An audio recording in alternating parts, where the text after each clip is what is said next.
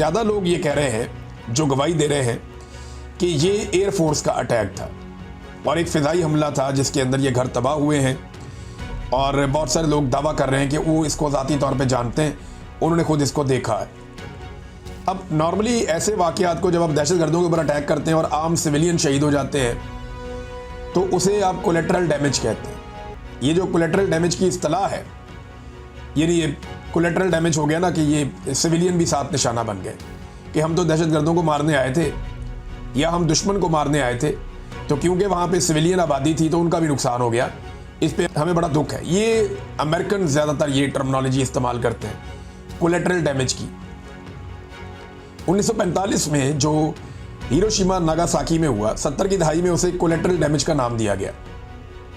इसी तरह जो डच लोग मारे गए थे 1945 में दूसरी जंग अज़ीम के दौरान एक वाक़ये में, तो उसे भी कोलेटरल डैमेज का बाद में नाम दिया गया था।